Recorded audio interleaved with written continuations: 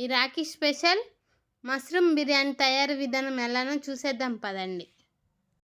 అంతకంటే ముందుగా మేము చేసిన వీడియోస్ మీకు కనుక నచ్చితే ప్లీజ్ లైక్ చేయండి, కామెంట్ చేయండి, అలానే షేర్ చేయండి, అలానే సబ్స్క్రైబ్ చేసుకోండి ప్లీజ్.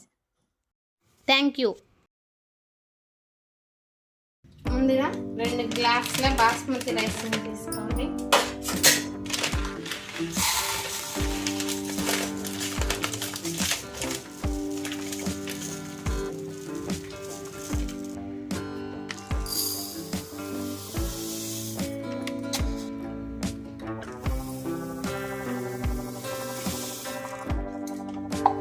ఈ రైస్ని 2 times క్లీన్ వాష్ చేసి పక్కన పెట్టాలి.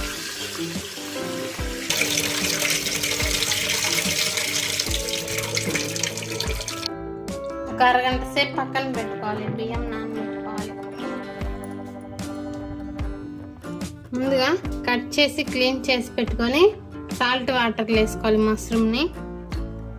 1 కప్పు ఆనియన్, అలాగే 2 పచ్చిమిర్చి, బిర్యానీ దినుసులు, కారం, గరం మసాలా, కొన్ని జీడిపప్పు, కట్ చేసి పెట్టిన టమోటా, కొత్తిమీర, పుదీనా, పెరుగు, ఉప్పు, పసుపు. ముందుగా స్టవ్ మీద రైస్ కుక్కర్ గిన్నె పెట్టి అందులో 4-5 స్పూన్ల ఆయిల్ వేసుకోవాలి.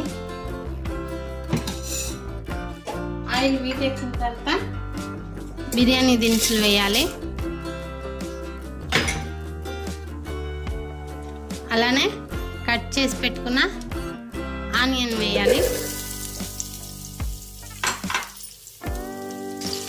ఆనియన్ బ్రౌన్ కలర్ వచ్చేదాకా బాగా వేపుకోవాలి.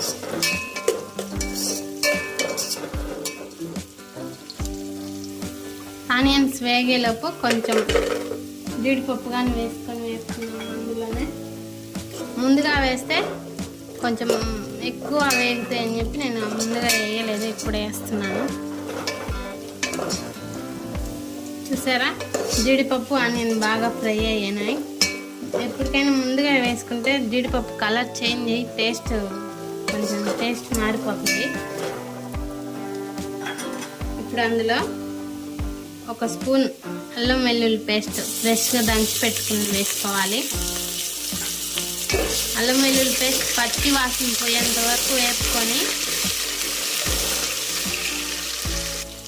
వేపుకొని అందులో కట్ చేసి పెట్టుకున్న 1 టమోటా వేసి బాగా టమోటాను మగ్గనివ్వాలి.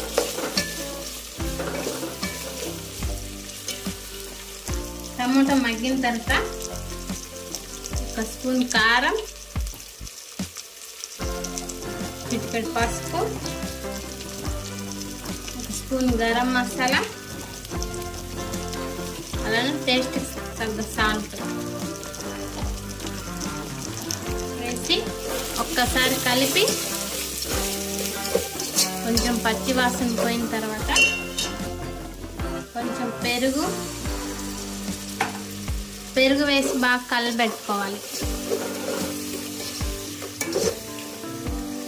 ఇప్పుడు ముందుగా క్లీన్ చేసి పెట్టుకున్న మష్రూమ్ని వేసి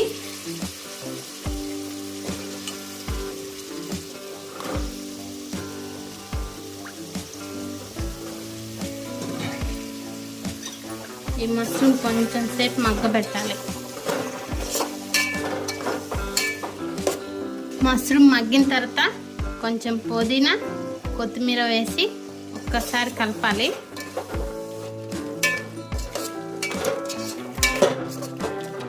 ఇప్పుడు ఇందులో ముందుగా నానబెట్టిన బాస్మతి రైస్ని వేసుకోవాలి. ఒక్కసారి కలిపి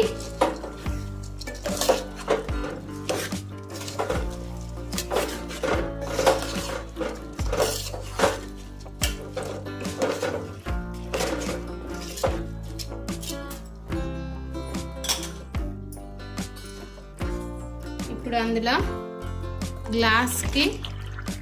గ్లాసు వాటర్ వేసుకోవాలి. 2 గ్లాసులు కాబట్టి నేను తీసుకున్న రైసు 2.5 గ్లాస్ వాటర్ తీసుకోవాలి. కొంచెం తెరలేదనుక ఉంచి తర్వాత రైస్ కుక్కర్లో పెట్టేస్తాను. వాటర్ తెల్లిన తర్వాత ఇంకొంచెం కొత్తిమీర పుదీనా వేసుకొని ఇప్పుడు తీసుకొచ్చి రైస్ కుక్కర్లో పెట్టి ఒకసారి మూత తీసి ఒకసారి కలిపి మళ్ళీ మూత పెట్టేసేయాలి.